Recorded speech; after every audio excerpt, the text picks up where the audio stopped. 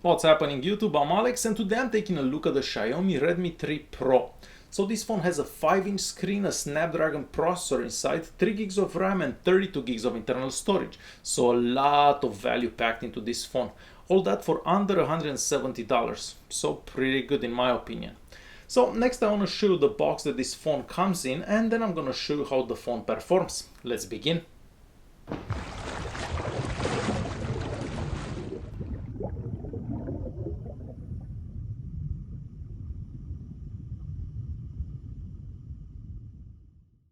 Like most of these Xiaomi phones, it comes in a plain but elegant box. On the front of the box we just have a picture of the device and on the back just some specifications about the device. Now the phone has a 5-inch screen. The screen does look quite good and it has really good viewing angles. It does get quite bright and you can see it pretty much from any angle that you're looking at. The only downside to it, if you are in bright daylight, it is a bit difficult to see, but I have seen phones with way worse displays. So this 720p screen looks quite good.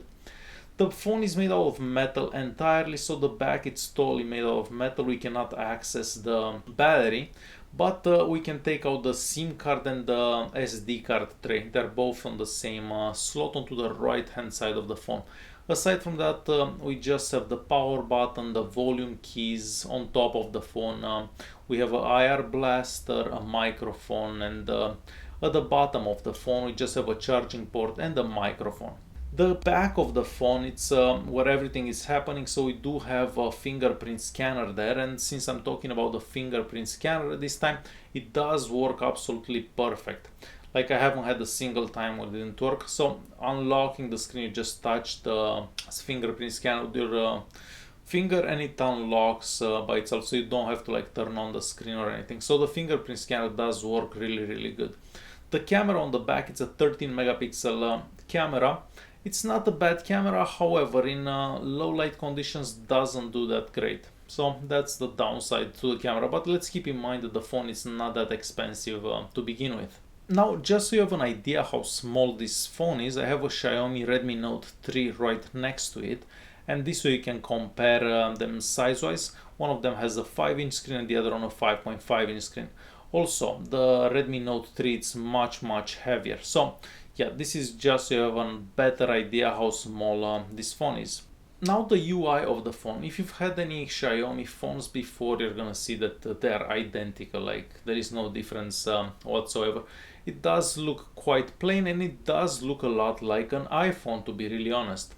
You can just zoom in on the screen so you can access the widgets and the wallpapers and so on.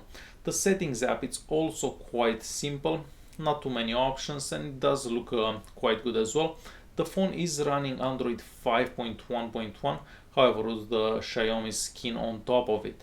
It does come pre-installed with the Play Store and a couple of other apps, but since you have the Play Store installed, you shouldn't really need anything else. For storage, we do have about 27 gigs available out of the 32 that the phone comes with, and that is a pretty good space, and you can install SD card, so you do have the option to actually copying files and keeping files onto the SD card as well.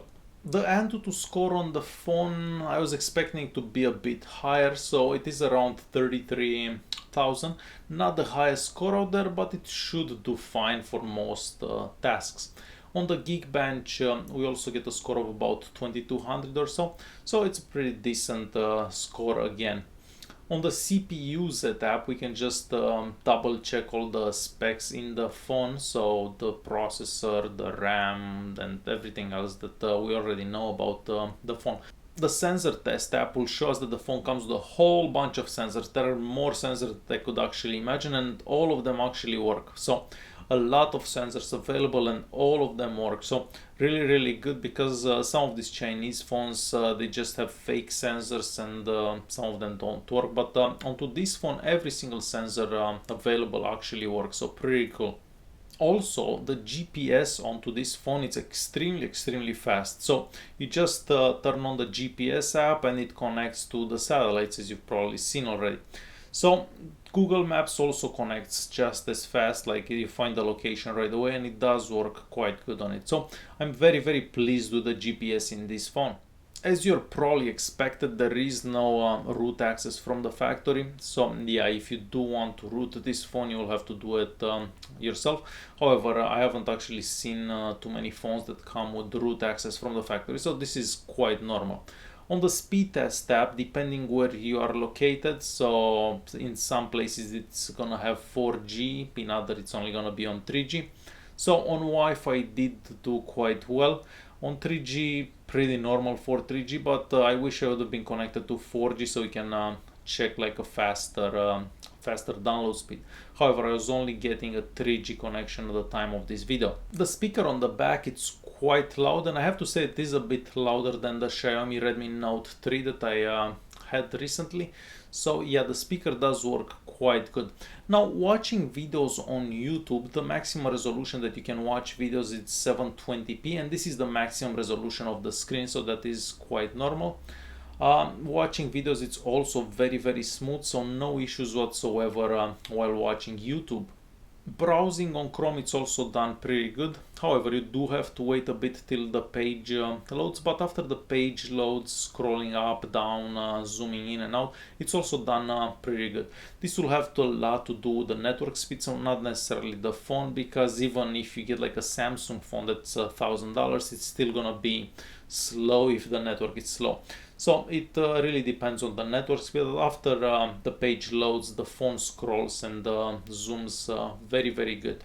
The camera app looks like a camera app on the iPhone. Yes, so if you've had the iPhone before, this will kind of look similar. The rear camera, the 13 megapixel sensor camera, it's not a bad camera. I mean, it does take nice pictures in daylight. However, at nighttime it doesn't do that great. But this is very normal for cheap phones. They don't have the greatest sensors for low light. It's normal, it's okay. I mean, you can't really expect that much for such a cheap phone. The front-facing camera does okay, and it's gonna be fine for any calling, like video calling and stuff like that, for a selfie every now and then. So the camera on the front and the back are quite in line with the price of the phone. So you can't really expect that much. So it is overall good and better than most other phones that are in the same price range. So now to conclude this video, would I buy this phone again? I believe so. The screen has really good viewing angles, the battery lasts an entire day easily. It is a big battery and the screen is not that big. The UI, I'm not a fan of the Xiaomi UI, however some of you actually like it. And again, you can install a different ROM if you're into that. So you do get a lot of value for the 170 bucks, or how much this phone is. You do get a Snapdragon processor. It's an Octa core processor, 3 gigs of RAM and 32 gigs of internal storage. So a lot of value into this phone. So overall, this is a really good phone, and I would buy this phone again. Alright guys, thanks for watching, and don't forget to subscribe.